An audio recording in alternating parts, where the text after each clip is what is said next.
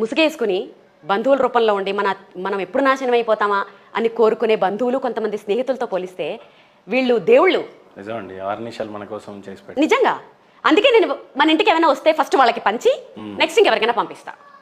First వాళ్ళని చూసుకుంటాను నేను. ఏమైనా ఇప్పుడు నాకు ఏదైనా కష్టం వస్తే ఫస్ట్ అక్క నేనున్నాను అని వచ్చేది నా స్టాఫ్.